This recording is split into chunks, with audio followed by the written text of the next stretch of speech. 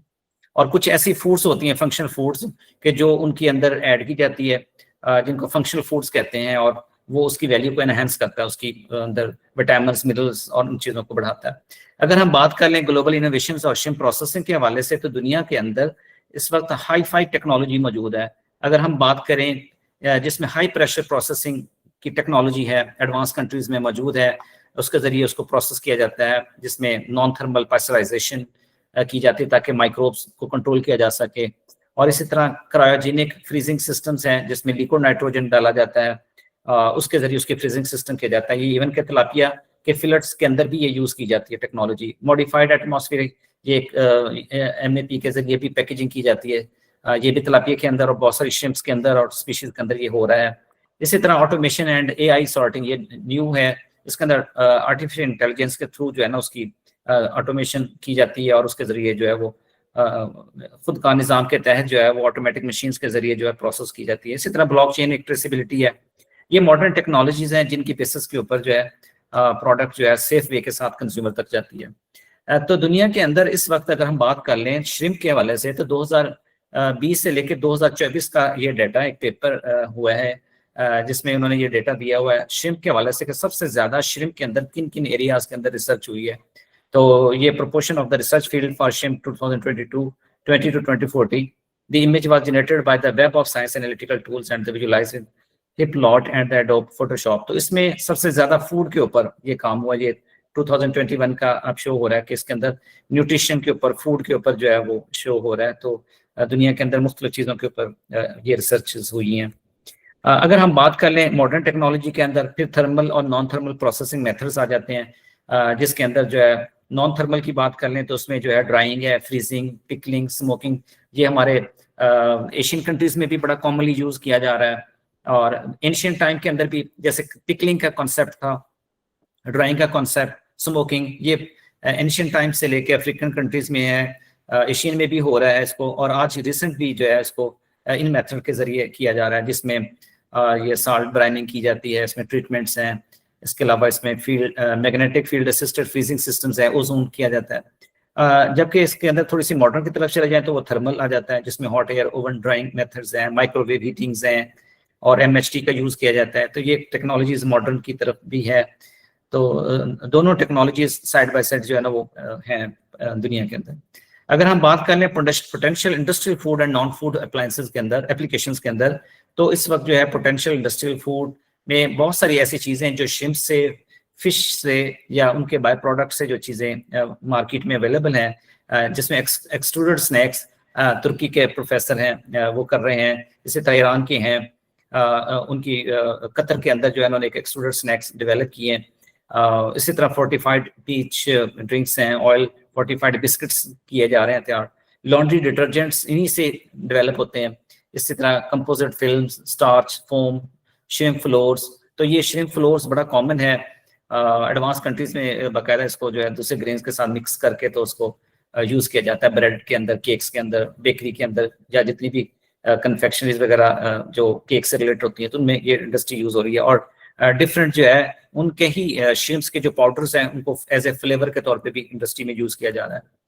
अगर हम बात कर लें इसी श्रिम्प के वेस्ट को, जो श्रिम्प्स है उसका जो 47 के करीब जो वेस्ट उसमें से हम लेते हैं, तो उसमें से भी जो है इंडस्ट्री उस वेस्ट को भी यूटिलाइज कर रही है, जिसके अंदर फोर्टिफाइड ड्रिंक्स बनते हैं, चीज में की प्रोडक्शन के अंदर उसके एडिशन में यूज किया जाता है, पाउडर यूज किया जाता है, शेल का powder, paste and detergents, crackers, breads, तो ये तमाम जो वेस्ट है यूटिलाइज हो जाता है। और उन्हीं वेस्ट के अंदर आगे काइटन्स भी बनाए जाते हैं, काइटन्स है, और काइटन जो है फार्मास्यूटिकल इंडस्ट्री के अंदर यूज होता है।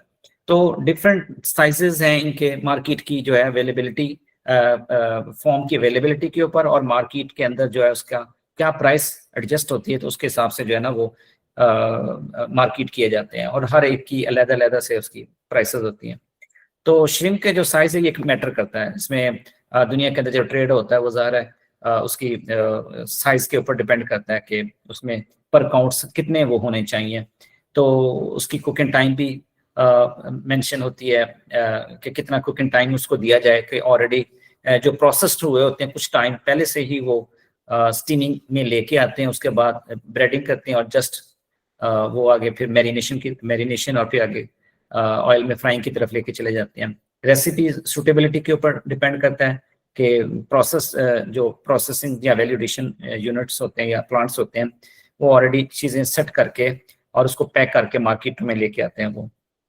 इसी तरह अगर हम बात कर लें इसका, और प्रेजेंटेशन इम्पैक्ट बहुत इंपॉर्टेंट होता है कि जब आप वैल्यू को उसमें ऐड कर रहे हैं तो उसकी पैकिंग जो है वो अट्रैक्टिव हो और उसकी फर्स्ट लुक के अंदर जो है उसको करें। तो ये 3 मैटर्स हैं, 3 जो हैं जिनकी बेसिस के ऊपर जो है वो आगे मार्केट में इसका बनता है। हम बात कर लें प्रोसेसिंग प्रोडक्ट्स की, जो इस वक्त मार्केटों में जो चीज़ें हैं, रा फ्रोजन शिप्स बड़ा कॉमनली है। हाँ, पाकिस्तान भी इंपोर्ट भी करता है पाकिस्तान। मैंने बहुत सारे ऐसे देखे हैं जो मेट्रो के अंदर या जो बड़े बड़े जो सुपर स्टोर है एम्पोरियम के अंदर, रा फार्म के अंदर जो फ्रोजन शिप्स है वो बड़े इम्पोर्टेड भी हैं, और इवन के पाकिस्तान की बहुत सारी कराची के अंदर जो इंडस्ट्रीज हैं वो भी इसको मार्केट में लेके आ रही हैं। इसी तरह कुक्ड श्रिम्प्स हैं, ये रेस्टोरेंट्स के अंदर यूज़ किया जाता है, उसमें हनी का यूज़ किया जाता है, तो इस तरह की ये अवेलेबल है। इसी तरह फिर बात करें ब्रेडेड श्रिम्प, बहुत कॉमन है, आप विजिट करते हैं तो आपको सबसे पहले जो पहली प्रोडक्ट जो नजर आएगी वो ब्रेडेड श्रिम्प्स होते हैं। इजीली जो कुक होते हैं और ऑलरेडी प्रोसेस्ड होते हैं, और उसमें डिपेंड करता है कि वो कितना साइज का जो श्रिम्प है और उसमें उसकी पैकिंग कितनी है। तो ये पॉपकॉर्न श्रिम्प्स और इसी तरह क्रिस्पी श्रिम्प्स, नगेट्स वगैरह, और इसके अलावा जो श्रिम्प्स का जो पाउडर है वो बड़ा यूज़ किया जा रहा है दुनिया के अंदर, और डिफरेंट फ्लेवर्स में एनहांसर के तौर पे यूज़ किया जाता है। इसके अलावा ब्रेड के अंदर, केक्स के अंदर, तो न्यूट्रिशन को बढ़ाता है, प्रोटीन के लेवल को बढ़ाता है, तो ये मार्केट में है।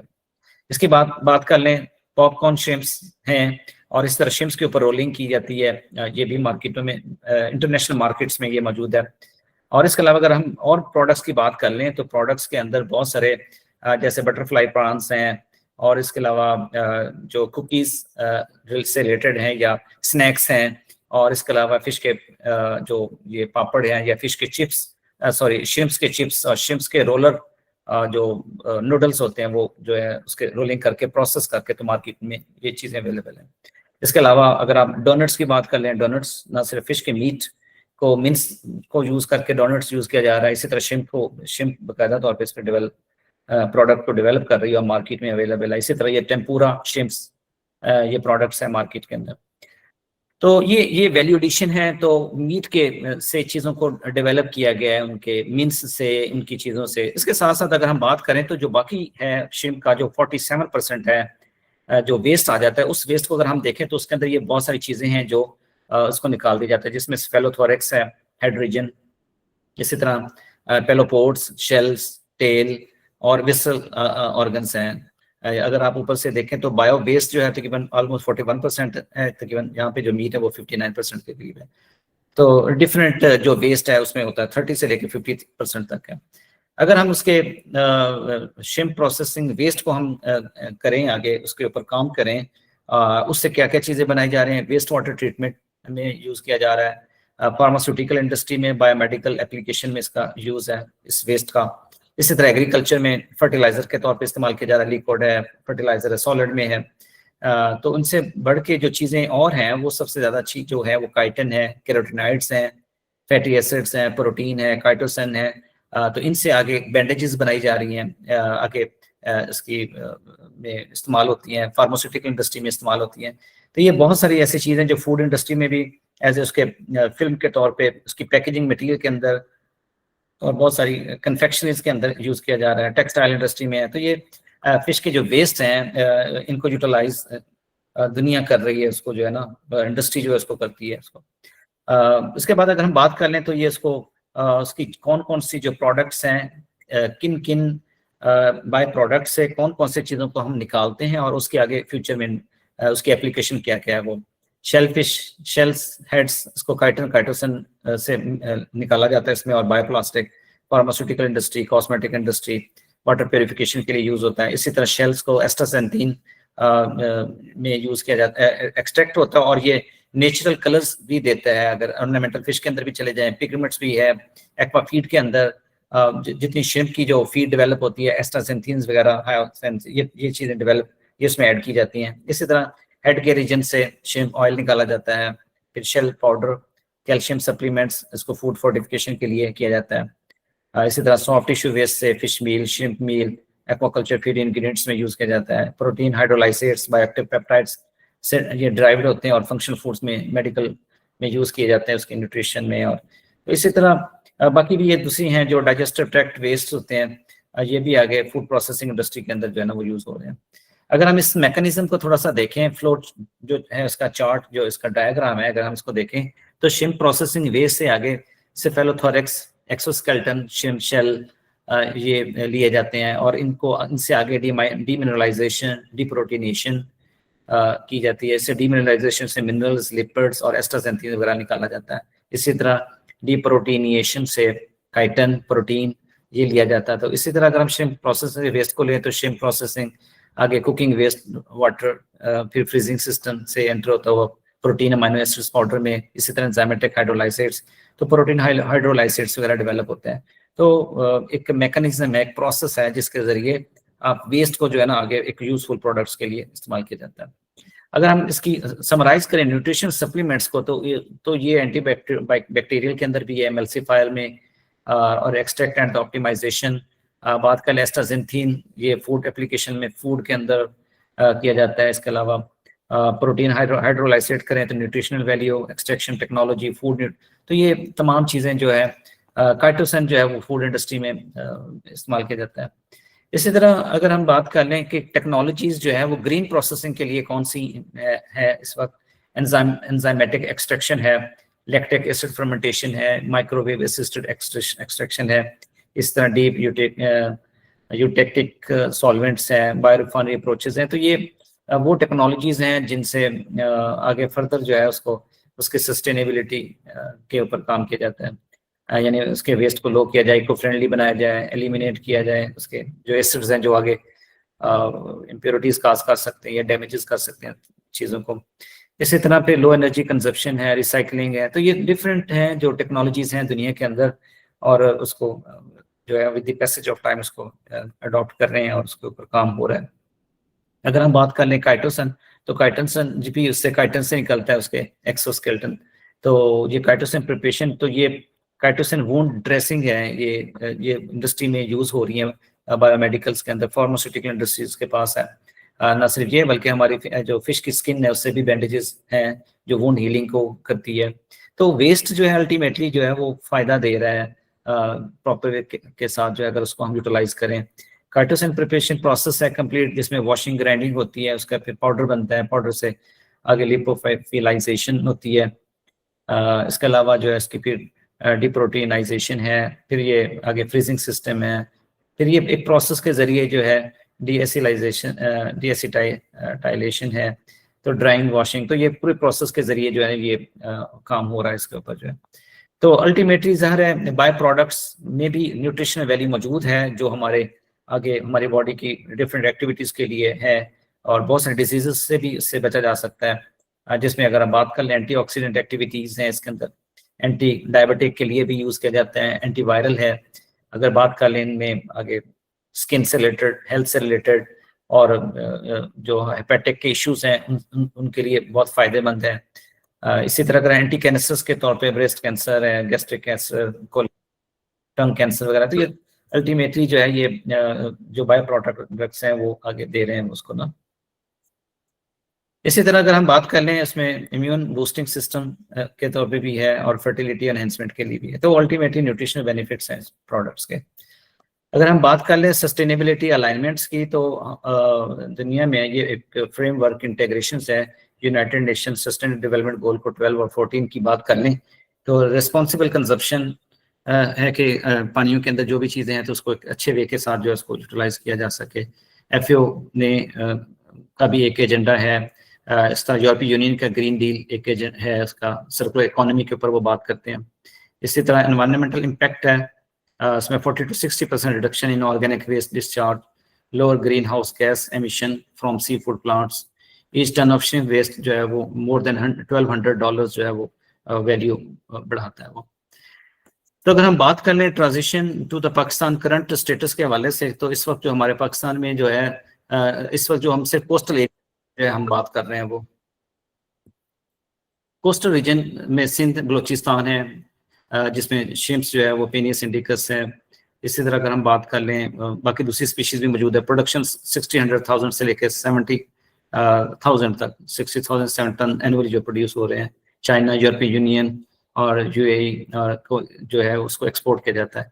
तो रिसेंटली पाकिस्तान में पंजाब के अंदर जो है वो शिपमेंट जो है वो फार्म रेज शिम्प की भी जो है वो वियतनाम में एक्सपोर्ट हुई है, और ये पाकिस्तान के अंदर एक बहुत बड़ी अचीवमेंट है पंजाब के अंदर स्पेशली, कि यहाँ से जो है वो इन फ्यूचर जो है सलाइन वाटर को भी यूटिलाइज किया जा सकता है श्रिम्प के लिए जो है। तो चैलेंजेस पाकिस्तान में कौन कौन से हैं? लेक ऑफ बायो प्रोसेसिंग है, इंफ्रास्ट्रक्चर, हमारे पास रिसर्च एंड डेवलपमेंट इन्वेस्टमेंट कम है, इस पे काम नहीं करते। इसके अलावा जो है स्पेशली जो है ना श्रिम्प प्रोसेसिंग के अंदर अब बड़ी लिमिटेड अवेयरनेस है। श्रिम्प को जो है ना अभी हम उस लेवल पे तो नहीं करते। श्रिम्प को हम कैप्चर करते हैं, उसको उसकी फ्रीजिंग इंडिविजुअल क्विक फ्रीजिंग करके तो उसको हम मार्केट में ले जाते हैं, लेकिन इससे अभी हमारे पास 2 हैं जिसमें वैल्यू एडिशन, जिसमें आवाज मेरी आ रही है आपको? जी सर, आ रही है आपकी आवाज। ठीक हो गया सर। तो इसमें अभी बहुत लिमिटेड हमारे पास अवेयरनेस है, अभी इसमें बहुत सारा काम करने वाला है, जिसमें खासतौर पे वैल्यू एडिशन से जो प्रोडक्ट है और वेस्ट यूटिलाइजेशन जो है। तो इसी तरह जो हमारे गैप्स हैं इसमें रेगुलेटरी गैप्स हैं हाई वैल्यू बाय प्रोडक्ट्स के, और ये भी नहीं है कि कंटिन्यूसली सप्लाई आती रहे उसकी शिम्स की, तो वो उसको प्रॉपर वे के साथ उसको हम मार्केट में लेके जाएं, वो भी सीजनल है, हमारे डिस्ट्रप्शंस हैं या प्रॉपर वे के साथ सप्लाई चेन नहीं है हमारी। अगर हम बात कर लें पाकिस्तान के अंदर अभी है हमारे पास इसका बड़ा पोटेंशियल है, अपॉर्चुनिटीज हैं कि इन एरियाज के अंदर हम काम करें, काइटन पे काम करें, काइटोसिन एक्सट्रैक्शन इसको करें, और इसको हम आगे इसमें इदारे भी हैं हमारे पास काम करने वाले कि जिनके अंदर ये टेस्टिंग की जा सकती है, इसको एक्सट्रैक्ट किया जा सकता है और उससे प्रोडक्ट्स बनाई जा सकती है, और इंडस्ट्री जो है के साथ मिलके तो इंडस्ट्री और जो एकेडमी है या रिसर्च इंस्टीट्यूट्स के साथ मिलकर इसको डेवलप कर सकती है। एस्टाक्सेंथीन एक्सट्रैक्शन है, ये मैं लास्ट स्लाइड में बताया कि ये बहुत सारी जगहों पे इस्तेमाल होता है इसका, फूड के अंदर, उसकी कलरेशन में, उसका पिगमेंट्स के अंदर, शिम्प मील, फर्टिलाइजर्स, ये जितना भी वेस्ट आता है तो उससे आगे हम कंपोस्टिंग की तरफ चले जाएं, साइलेज की तरफ जाएं, प्रोडक्शन की तरफ। इसी तरह फिर बायोप्लास्टिक और फिल्म्स आगे पैकेजिंग के अंदर, पॉलीमर इंडस्ट्री में यूज होता है। फिर और सबसे ज्यादा ये कि ट्रेनिंग हो, रिसर्च एंड डेवलपमेंट हो, इससे बहुत सारी आगे जो है एक न्यू एवेन्यूज उसमें से ओपन हो सकते हैं। अगर हम केस स्टडी की बात करें, सक्सेसेस भी हैं दुनिया के अंदर, लोगों ने कंट्रीज ने उस पर इन्वेस्ट किया है, टाइम लगाया है और सक्सेसेस भी मिली है उनको। अगर हम एग्जांपल दें, वियतनाम और थाईलैंड की इंडस्ट्रियल स्केल काइटन प्रोड्यूस किया उन्होंने और सी फूड के साथ लिंक किया और वो एक्सपोर्ट की तरफ भी हैं वो। एक्वाडोर की बात कर लें तो bioplastic production from the shrimp shells. इसी तरह नॉर्वे ने marine biofilm biorefineries turning crustacean waste into the collagen and the feed ingredients, इन्होंने इस पे काम किया उसके फिश के वेस्ट के ऊपर।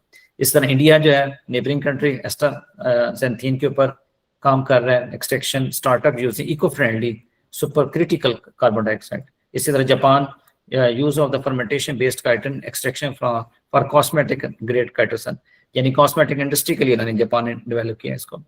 तो पाकिस्तान के अंदर अगर बात कर लें तो हमारे पास प्रोडक्शन भी है। अगर आप बात कर लें कि 2022 अभी 4 है 5 की तरफ चल रहा है अभी, तो 22,000 जो है वो टन प्रोडक्शन है उसकी शिम्प की जो है इस वक्त, जो सिर्फ कैप्चर में आ रहा है। अभी जो है हम उसमें नहीं गए, तो जो कैप्चर से जा रहा है तो इतना है उसका डेटा। तो अभी उसमें सस्टेनेबल हम उसको कर सकते हैं, उसके अंदर काम कर सकते हैं। उसमें हम प्रोसेसिंग यूनिट में लेके आए उसको सर्कुलर सिस्टम के जरिए frozen ships and separated by the products plant, उसमें फर्मेंटेशन करें, एक्सट्रैक्शन करें और उसके बाद जो है इसकी प्रोडक्ट स्ट्रीम्स जिसमें काइटोसन उनसे निकालें। एस्टाजेंथीन जो है वो न्यूट्रास्यूटिकल के लिए है, शिम मील को हम फीड इंडस्ट्री के लिए कर सकते हैं उसको, फर्टिलाइजर को हम एग्रीकल्चर पर्पसेस के लिए हम उसको यूटिलाइज कर सकते हैं। इसी तरह environmental eco friendly economic impact की बात कर लें तो reduce waste disposal by greater than 80%, उसमें जॉब की अपॉर्चुनिटीज भी हो सकती हैं। आगे ग्लोबल जो है हम उसमें कंप्लायंस भी कर सकते हैं, सर्टिफिकेशंस की भी तरफ जा सकते हैं। तो पॉलिसी है, इंस्टीट्यूशनल फ्रेमवर्क बन रही है 2025 में, ये इन्होंने national aquaculture marine bioeconomy policy propose किया है इसी 2025 के अंदर। और इसी तरह incentives for eco innovation and by product startups, collaboration होनी चाहिए बिटवीन यूनिवर्सिटियों में, इंडस्ट्री के दरमियान में, और इस तरह रेगुलेटरी बॉडीज जो है जो है इसमें मेरीन फिशरी डिपार्टमेंट है, TDAP है। तो इसी तरह आगे फिर रिकमेंडेशन ये है कि हमें कैपेसिटी बिल्डिंग को करना है, और ये बड़ी अच्छी कोशिश है तवक्कल फिश एचईओ फॉर्म्स की कि शिम्प के अंदर जो है उसकी कैपेसिटी को एनहेंस कर रहे हैं, टेक्निकल मैन पावर जो है वो प्रोड्यूस कर रहे हैं, नॉलेज डिलीवर कर रहे हैं उसको। गवर्नमेंट के भी इंसेंटिव्स दे रही है, टैक्स भी रिलीफ दिया है ग्रीन टेक्नोलॉजी के ऊपर, सर्कुलर इकोनॉमी के ऊपर, और एकेडमी इंडस्ट्री कोलैबोरेशन मैं समझता हूँ कि इसके ऊपर काम करने की जरूरत है। गवर्नमेंट पैसा दे रही है इसको, एकेडमी और इंडस्ट्री को स्ट्रेंथन करने के लिए गवर्नमेंट पैसा देती है, और इसके सक्सेस में तो ये है कि हमारा युवास का हमें दिया है इसको, एकेडमी और इंडस्ट्री को डेवलप करने के लिए इसको, ताकि इस पे हम काम करें। और इसी तरह फिर पायलट बायोरिफाइंड प्रोडक्ट प्रोग्राम शुरू हैं और होने भी चाहिए उसको। इसमें आगे जर्मनी की जो है वो इसको फंड कर सकता है, FAO है, HEC है। इसी तरह फिर इसकी स्टैंडर्डाइजेशन ये हो रही है, सर्टिफिकेशन भी दे रही है मेरी फिशरी डिपार्टमेंट, तो ये हैं और इसको फर्दर आगे इंप्रूवमेंट की तरफ जाना चाहिए। तो global seafood demand rising 3% annually, अगर हम बात कर लें थीम की, और redefining shrimp waste as a high value bioresource, तो इसमें हमारी आगे बढ़ रही है एनुअली 3% तक। इस तरह shrimp processing generates 35 to 45% solid waste. आगे पैराडिग्म शिफ्ट हो रहा है from linear to circular bioeconomy, innovation हो, वैल्यूएडिशन हो, एनवायरमेंटल स्टीवर्डशिप हो। तो ये थीम के साथ कि टुमारोज, अगर इस बात को हम फॉलो करें कि tomorrow's competitiveness will belong to those who waste nothing, यानी सिर्फ आगे उन्हीं लोगों का कंपटीशन, वही आगे जाएंगे कि जिनका जो वेस्ट है वो फुली तौर पे जो है वो यूटिलाइज हो जाता है, या कोई भी चीज़ बाकी नहीं छोड़ते वो। तो ये एक थीम है, और इसको स्पेशली उसको आगे यूटिलाइज करें और उसको एनवायरमेंटली जो है, ताकि वो इश्यूज ना क्रिएट हो। तो ये रोड मैप्स हैं, कोई भी इंडस्ट्री इसको एक दफ़ा अपनाए, इसको फॉलो करें, उसका एक पायलट स्टडी शुरू करे, उसका स्टार्टअप करे। फॉर एग्जांपल अगर काइटन की एक्सट्रैक्शन की बात करें तो उसको आगे शुरू किया जा सकता है, कोई उस प्रोडक्ट के आगे ट्रायल लगाए जा सकते हैं। उसके अलावा उसको आगे उसके प्रोडक्शन को लाया जा सकता है, और किसी को कहा जाए इसको सर्टिफाई करे उसको, और मार्केट में इसको लेके जा सकते हैं। तो ये बात है कि अभी तक हमने बात की है श्रिम्प्स की प्रोसेसिंग की, वैलिडेशन। अब हम क्या कर रहे हैं, मैं थोड़ा सा आपको इसी तवक्कुल फिश एचईओ फॉर्म्स के जो है प्लेटफॉर्म से मैं आप सब जितने भी हमारे पार्टिसिपेंट्स हैं जो अटेंड कर रहे हैं इसको, तो हम सब जॉइंटली इस बात को पे ऊपर आते हैं कि हम युवास जो है वो फिश प्रोसेसिंग के अंदर, वैल्यू एडिशन के अंदर या वेस्ट यूटिलाइजेशन के ऊपर क्या काम कर रहा है। वो थोड़ा सा इसको हल्का सा ब्रीफ कर दूं। ये हमने 2019 से 21 तक हमने प्रोजेक्ट को चलाया, जिसमें हायर एजुकेशन कमीशन ने टेक्नोलॉजी डेवलपमेंट फंड के तहत हमें फंड दिए। तो उसके तहत हमने ऑलमोस्ट हमने लास्ट 17-18 ईयर्स के अंदर 120 के करीब वैल्यू एडेड प्रोडक्ट्स डेवलप किए हैं, जिसके अंदर जो इंडस्ट्री में हम वो वाली प्रोडक्ट्स को हम लेके हैं कि जो वैल्यूएबल थी और मार्केट तक या उसको एक्सपोर्ट की तरफ भी हम उसको जा सकते हैं, तो उनकी सिलेक्शन हमने की।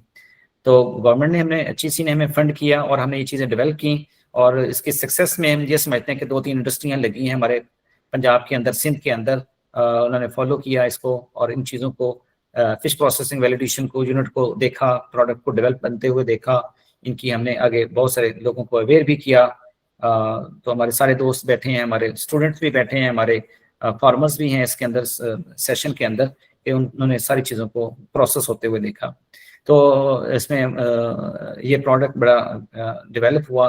तो लेकिन अनफॉर्चुनेटली ये कि उसको वो रिकग्निशन नहीं मिल सकी जिसकी हम तवक्को रख सकते थे कि ये वाली चीज़ें मार्केटों में आएंगी और बड़ी जो है उसको जो है फ्लुएंटली और होल द ईयर जो है वो मार्केट में पड़ी हो।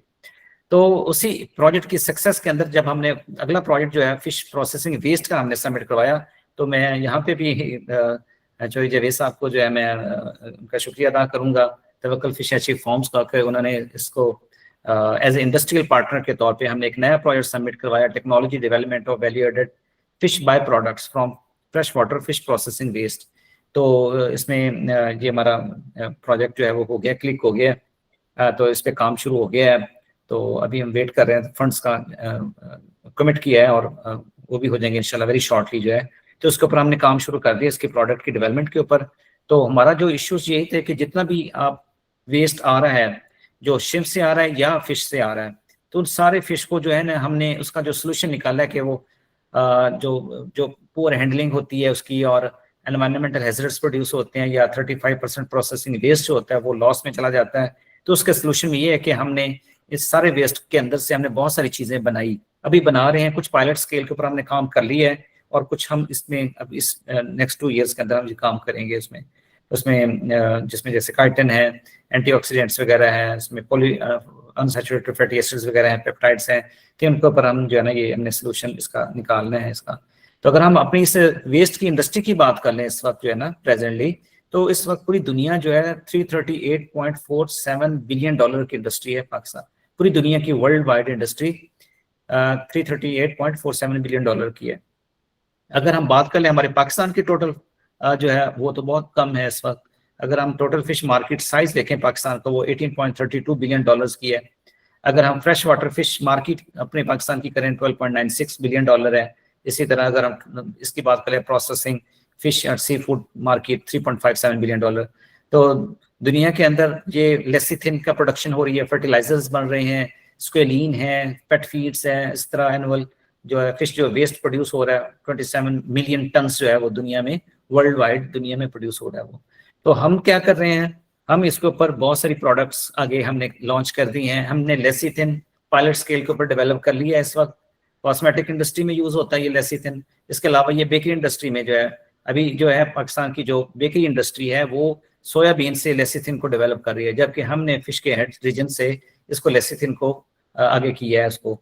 इसी तरह स्क्वेलिन ये बहुत सारे जो है एडजुवेंट के तौर पे इस्तेमाल किया जा रहा है इसमें, और स्क्वेलिन कॉस्मेटिक इंडस्ट्री में ये यूज हो रही है, और ये एक्सट्रैक्ट हमने किया है। हमारे PhD का एक स्टूडेंट था, उसने काम किया उस पर 3 ईयर्स के अंदर उसने अपना ये काम कंप्लीट किया। तो ये 2 चीजें हमारे पास एक पायलट स्केल के ऊपर डेवलप हो चुकी हैं। पेट फीड के ऊपर काम कर रहे हैं, डॉग फीड, कैट फीड, इसके ऊपर 2 स्टूडेंट सैंपल के वो मिड में पहुंचे हुए हैं। अभी वो अपनी उनकी डेवलप होगी फीड, और अभी वो जो उनके डॉग्स और पेट्स हैं उनके ऊपर ट्रायल लगा हुआ है। इसी तरह ऑर्गेनिक फर्टिलाइजर्स के ऊपर पहले भी हमने काम किया था, पायलट स्केल के ऊपर 2 स्टूडेंट्स ने काम किया। Liquid fertiliser, solid fertiliser develop किया हमने। इसी तरह फिश साइलेज है, फिश साइलेज एक बहुत मेजर है कि ये जितनी भी हमारा वेस्ट आता है तो उसको साइलेज की प्रोडक्शन हम करें। हम इंशाल्लाह आने वाले दिनों के अंदर फिश साइलेज के ऊपर काम करेंगे। जिलेटिन हम इसमें एक्सट्रैक्ट करेंगे, इसको आगे कन्फेक्शनरीज में यूज करेंगे, हलाल गिलाटन प्रोड्यूस करेंगे, और इसी तरह फिश क्लू पेपर इंडस्ट्री के लिए हम इसको यूज करेंगे। पायलट स्केल के ऊपर काम हुआ है इसके ऊपर, लेकिन अभी क्योंकि वो रिजल्ट नहीं मिले हमें, दूसरी अटेम्प्ट किया, इंशाल्लाह आने वाले दिनों में इस पे भी करेंगे। फिश ऑयल का जो है जावेद साहब ने जो है तवक्कल फिश एची फॉर्म्स उन्होंने भी जिक्र किया था पिछले दिनों के अंदर कि फिश ऑयल के ऊपर भी है कि इसमें रोहू और इसके अंदर पंगेशियस में बहुत सारा जो है, तो इंशाल्लाह आने वाले दिनों के अंदर इसके ऊपर भी करेंगे काम। तो हमने जो सिक्वेलिन और लेसिथिन ये डेवलप किया पायलट स्केल के ऊपर। ये हम इंटरनेशनल एक्सपो हुआ था, ये नेशनल एक्सपो हुआ था पंजाब के अंदर, फ्लैटिस होटल में था, ऑल पंजाब यूनिवर्सिटीज एक्सपो था, वहाँ पे हमने ये प्रेजेंट किया हमने वहाँ पे। ये हमारी वो प्रोडक्ट्स हैं जो हम कर रहे हैं वो। तो कंक्लूजन हमारा इस प्रेजेंटेशन का, सेशंस का ये है कि हमें आगे बढ़ना है, हमने अपनी श्रिम्प प्रोसेसिंग इंडस्ट्री को, हमें फिश प्रोसेसिंग इंडस्ट्री को आगे बढ़ाना है ताकि हमारी इकोनॉमिक ग्रोथ हो, रूरल की डेवलपमेंट हो, ह्यूमन रिसोर्सेज डेवलप हो, इंडस्ट्री डेवलप हो, और उसके ऊपर हमारे जो एनवायरमेंटल फ्रेंडली एनवायरनमेंट हम बनाएं इसको, और एकेडमिया, इंडस्ट्री, स्टूडेंट्स और हमारे जितने भी लोग हैं सब इसमें काम करें, और उसके जो है ना उसको आगे बढ़ाएं उसको, ताकि हमारी एक्सपोर्ट वैल्यू बढ़े, हमारी इकोनॉमिक वैल्यू बढ़े, हमारी सोशल सेटअप जो है वो जो लो इकोनॉमिक वैल्यू है जो ह्यूमंस के अंदर है, उनके अंदर वो बेहतरी आए, उनकी जिंदगियां बेहतर हों, उनकी लिवलीहुड बेहतर हो। तो ये बहुत ज़रूरी है कि हम इसको स्मॉल स्केल के ऊपर से शुरू करके हम उसको एक इंडस्ट्री लेवल के ऊपर लेके आए उसको। Thank you very much. Thank you very much sir, आपने इतनी अच्छी प्रेजेंटेशन दी और आपने हर चीज़ बहुत अच्छे से एक्सप्लेन की है इसमें। मैं सर चाहूँगा कि मुझसे कोई अगर कोई क्वेश्चन करें तो ये मेरे लिए बड़े एजाज़ की बात होगी, क्योंकि ये ज़रूरी है कि अगर इंडस्ट्री में से बैठे हैं या कोई ऐसे हों, ताकि हम जो है ना इसको आगे बढ़ाएं इसको, जो है मैं वेलकम करता हूँ उसको, क्वेश्चंस को। जी सर। जी, अब कोई स्टूडेंट है या कोई पार्टिसिपेंट जो क्वेश्चन पूछना चाहे तो वो सर से पूछे। आप डायरेक्ट अपना जो है माइक ऑन करके भी पूछ सकते हैं या चैट बॉक्स में टाइप करते हैं, मैं सर से नरेट कर दूंगा, तो जैसे आपको कन्वीनियंट हो।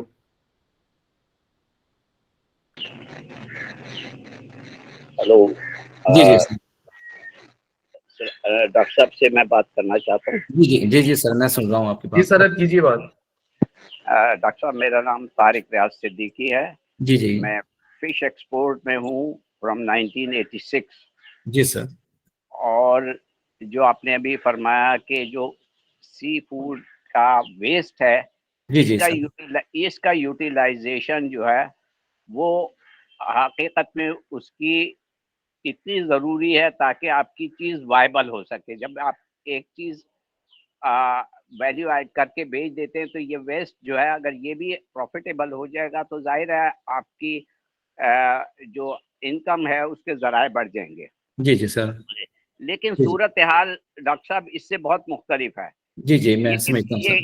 ये किताबी नहीं है, ये प्रैक्टिकल मैं बता रहा हूँ कि सिचुएशन ये है कि हमारी इंडस्ट्री को तबाह करने वाली चीज जो है वो फिश मील है। जी बिल्कुल राइट सर। मैं उसकी वजह ये है कि हम 50 रुपए, इस वक्त 48 रुपए किलो चल रहा है फिश वेस्ट। जी सर। और जो कटिंग वेस्ट है वो 22 से 28 रुपए किलो चल रहा है। जी सर। अगर यही मछली इसको छोटे जाले से ना पकड़ा जाए और ये 6 महीने साल इसको मौका मिल जाए तो यही मछली 1 से 1.5 किलो की हो जाएगी, जिसकी वैल्यू तकरीबन, जो मछली आप 50 रुपए किलो बेच रहे हैं ये तकरीबन 2000-2500 रुपए किलो बिक जाएगी। मैं बिल्कुल एग्री करता हूँ इस बात से ना। सबसे पहला तो ये है कि वेस्ट से पहले हम अपनी जो अल्लाह ने नेमत दी उसे बचाएं। जी सर। जी उसकी सबसे बड़ी वजह जो है वो ये है कि हर इदारा अपने तौर पर एक सोलो फ्लाइट लेके चल रहा है। जी सर। अगर जैसे आपने फरमाया कि यूनिवर्सिटी को इदारे से, इंडस्ट्री से लिंक कर दिया जाए तब जाकर ये मामला हल हो सकता है, कि हमें बताया तो जाए इन सब लोगों को कि हम 1 खरबों रुपए की चीज को लाखों में तब्दील कर रहे हैं। जी सर। तो इसकी सबसे बड़ी वजह जो वो है वो ये इलीगल कैच है, इलीगल हंटिंग है। जी छोटे जाले हैं जिसके ऊपर इतनी बड़ी रिश्वत है कि आप इसके अंदर कितनी भी आपकी, मैं सबसे पहले तो एडमायर करता हूं कि आपने यूनिवर्सिटी लेवल पर ये प्रोडक्शन की, लेकिन ये फ्रूटफुल उस वक्त होगी जबकि ग्राउंड में कोई इसके ऊपर सोचने वाला होगा। जी सर। तो ये सबसे बड़ा मसला है जिसपे मैं चाहूंगा कि आप माशाल्लाह ऐसे फोरम में बैठे हैं, आप गवर्नमेंट को ये बताएं कि असल चीज जो है वो हम पहले अपनी जो अल्लाह दौलत दे रहा है उस दौलत को ज़ाय होने से बचाएं। जी सर। शुक्रिया डॉक्टर साहब। जी जी सर, मैं आपकी इस सारी बात से एग्री करता हूँ और ये बिल्कुल इश्यूज हैं, मैं मानता हूँ ये हर जगह के ऊपर ऐसे ही है। अब ये नो डाउट कि जब भी फिश का कैच लिया जाता है, चाहे वो सिंध जो है वो कोस्टल एरिया हो या बलूचिस्तान का, वहाँ के जो लोकल कम्युनिटी है वो सबसे पहले वो कहते हैं जी उनका राइट है और वो वहाँ से स्मॉल साइज की फिश भी लेके आ जाते हैं। तो फिश मील हमारी जो है वो कह सकते हैं कि हम अपनी बड़ी फिश को सेक्रीफाइस करके तो छोटी मछली को पकड़ रहे हैं वो।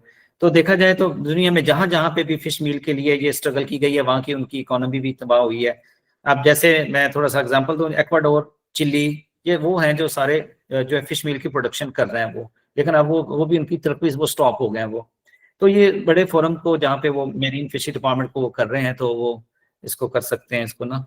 तो हमारे हमारे लेवल के ऊपर हमने कोशिश की है कि हम अपनी यूनिवर्सिटीज को जो है अपनी इंडस्ट्री के साथ लिंक करें। पंजाब के अंदर हमारी कोशिश है, अब जैसे हमने पहले ओराइजा वालों के साथ किया लिंक, और इसके साथ हमने तवक्कल फिश हैचरी, इन्होंने हमें बहुत सपोर्ट किया, चौधरी शाह साहब ने, और इसके अलावा चौधरी जवेद साहब ने, और ये उमर साहब, ये सारे जो हैं वो लोग हैं कि जो उन्होंने हमेशा वेलकम किया है इंडस्ट्री, हमारे एकेडमिया को हमेशा वेलकम किया है उसको।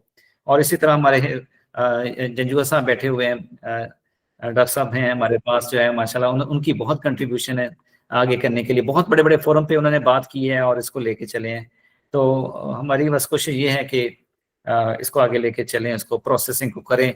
मैं सर ये तारिक रियाज साहब, मैं बस ये बात कहना चाह रहा था कि हम अगर स्मॉल लेवल के ऊपर भी अपनी इंडस्ट्री को डेवलप कर लें, एक स्मॉल लेवल के ऊपर अगर अगर मैं समझता हूँ कि अगर 16x16 का एक रूम बन जाए और एक कोई 12x12 का हो जाए, तो हम अपनी प्रोसेसिंग वहां से भी स्टार्ट कर सकते हैं।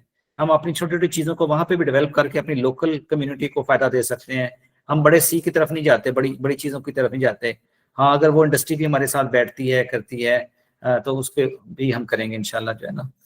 जी सर। जी सर, हमारे साथ अब हैं रजी लियाकत जी। काइंडली आप सबसे क्वेश्चन पूछिए, आपने हैंड रेज किया है।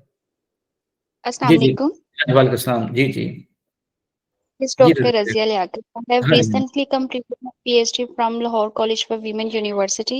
जी जी। Sir, first of all, it was very wonderful session, and it's honor for us to have session with you. Thank you Thank very you much, so much. Thank you very much. Okay, I have one question. जी Sir, जी how can innovation in packaging and storage solution reduce waste and extend the shelf life in shrimp processing? जी, thank you. अच्छा, ये जो है fish packaging का भी बहुत रोल होता है। ज़ाहिर है प्रेजेंटेशन एक अच्छी होगी तो उसकी मार्केट भी अच्छी होगी। अब पैकेजिंग के अंदर बहुत सारी मार्केट में जो उसका मटेरियल है वो मौजूद है वो, तो इसमें भी बहुत सारी इनोवेशंस हैं। अब लिक्विड जैसे फ्रीजिंग सिस्टम के अंदर liquid nitrogen fertiliser, liquid nitrogen use किया जाता है। इसी तरह MAP जो है वो यूज़ किया जाता है पैकेजिंग के लिए। तो ये है, और ये ज़ाहिर है अगर अच्छी पैकेजिंग नहीं होगी तो प्रोडक्ट जो है वो स्पॉइलेज की तरफ चली जाएगी। तो इस बात की जो है वो जब भी कोई प्रोसेसिंग प्लांट जब भी वो काम करते हैं तो पैकेजिंग के ऊपर उनकी वर्किंग होती है बकायदा। पैकेजिंग और मार्केटिंग एक अलग उनका शोबा होता है और उस पर वो काम करते हैं वो।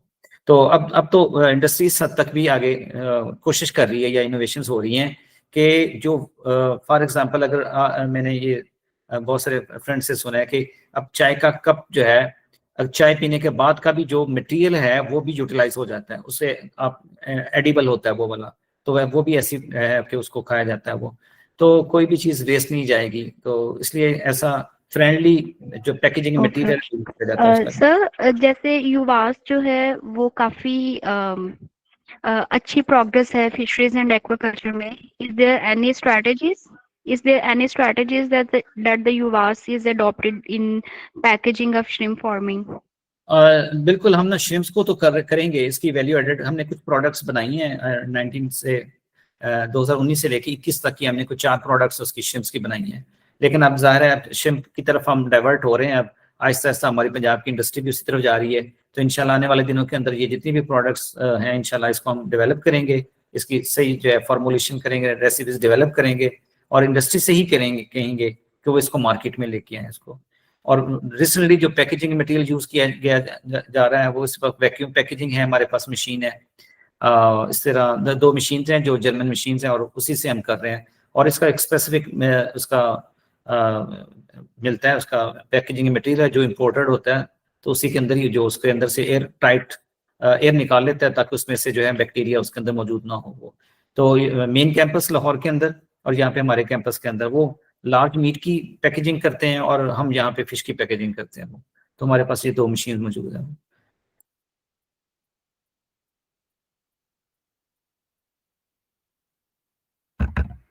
जी सर, अब सर। हमारे साथ हैं डॉक्टर मोहम्मद इनायत साहब, वो जी, सर जी। क्वेश्चन पूछना चाह रहे हैं आपसे। जी जी सर। अस्सलाम वालेकुम।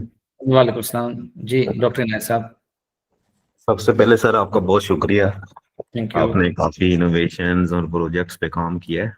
मैं बताना चाहता हूँ कि मैंने सर की सुपरविजन में पीएचडी की है और मैं एक कंपनी में as a manager research and development के तौर पे काम कर रहा हूँ। तो बेसिकली सर मैं ये चाहता हूँ कि हम फिश मील पे बात कर रहे थे कि फिश मील की यूटिलाइजेशन और उसमें ना, तो हम प्लांट बेस्ड प्रोटीन सोर्सेज की तरफ आना चाहिए हमें, क्योंकि अब हमारी कंपनी है वो डिफरेंट एक्वेटिक प्लांट्स पे काम कर रही है। तो मैं ये चाह रहा था कि हम कोई श्रिम्प की फीड में ऐसा एक्वेटिक प्लांट्स का सोर्स ऐड करके आप चेक करें कि उसकी production as compare to different animal जो प्रोटीन सोर्सेज हैं उनके रिजल्ट्स क्या आते हैं। क्योंकि सर जब तक हम सस्टेनेबिलिटी की तो बात करते हैं लेकिन हम अपने रिसोर्सेज को सही तरह यूज नहीं कर रहे। देखा जाए तो डकवीट एक बहुत एफिशिएंट प्लांट है, इंटरनेशनली इसे यूज भी कर रहे हैं, यूरोप में बहुत बड़ी कंपनीज हैं, आपने भी उन पे ट्रायल्स किए थे। तो लेकिन एज सच हम उसे as a protein source utilise नहीं कर रहे, तो हमें इस पे काम करना चाहिए।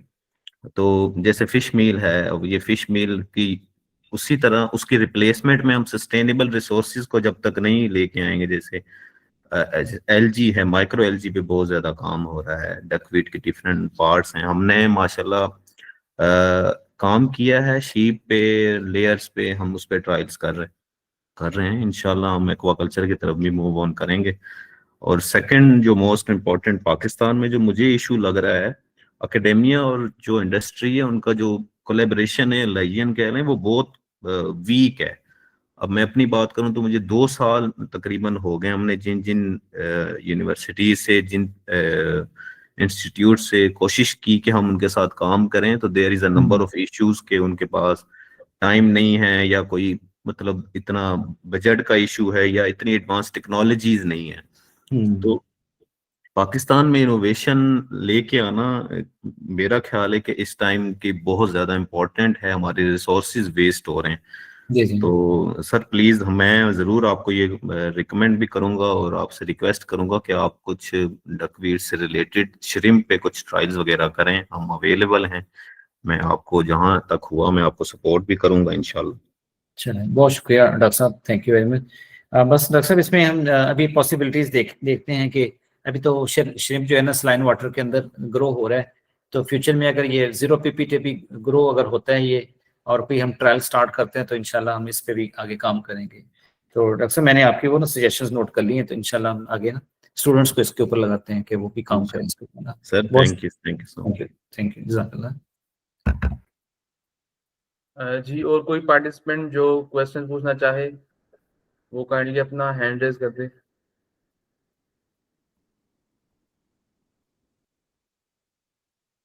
जी, जावेद इकबाल साहब है हमारे साथ, सर वो आपसे बात करना चाह रहे हैं। जी जी जी जी बहुत शुक्रिया।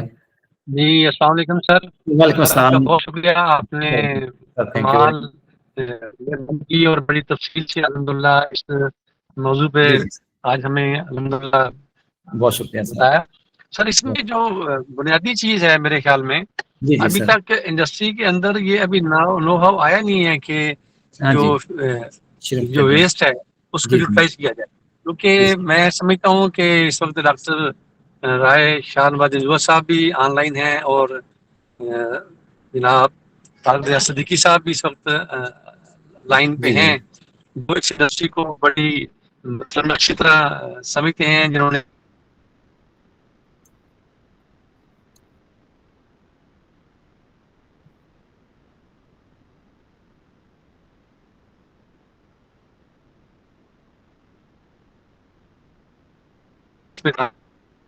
अपनी बाई प्रोडक्ट्स बना सकते हैं। जी, जी सर, बिल्कुल। जनाब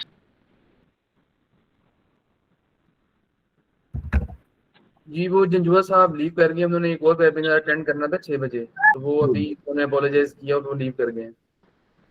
ठीक हो गया सर। चले बड़ा सर, आपका बहुत शुक्रिया। सर, इंशाल्लाह इस पे जी सर, इंशाल्लाह। फ्यूचर में जी, जी। आपकी सरपरस्ती में काम इंशाल्लाह जी, जी। समय की यूनिवर्सिटीज करेंगी और जी, जो उससे फायदा उठाएंगे। ज़रूर इंशाल्लाह सर, इंशाल्लाह सर। थैंक यू सर, बहुत शुक्रिया thank you sir. Sir. Thank you sir. जी और कोई पार्टिसिपेंट जो सर से कुछ पूछना चाहे?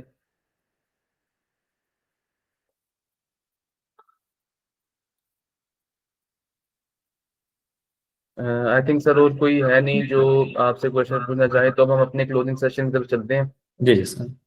Alhamdulillah, what an outstanding and thought-provoking session we have today.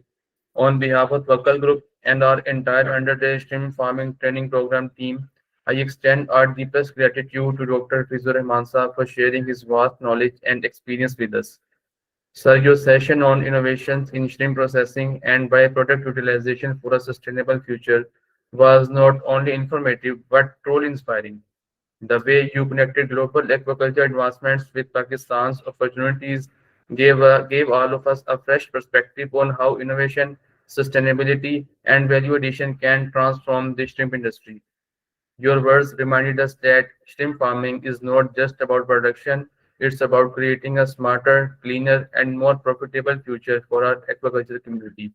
We are sincerely thankful for your time, your passion, and your dedication to the progress of this sector.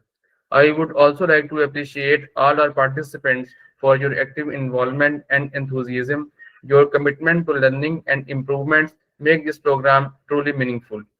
As we conclude today's session, let's carry forward this spirit of innovation and sustainability into our own work. Inshallah, we will meet again in the next session with another exciting and knowledge-packed topic. Until then, stay motivated, stay curious, and keep moving forward. Allah Hafiz, and thank you everyone for being a part of today's wonderful session. Thank you very much, sir. Thank you, sir. Thank for you your very time. much. Thank you very much. Okay, sir. Allah Hafiz. Allah Hafiz. Allah Hafiz.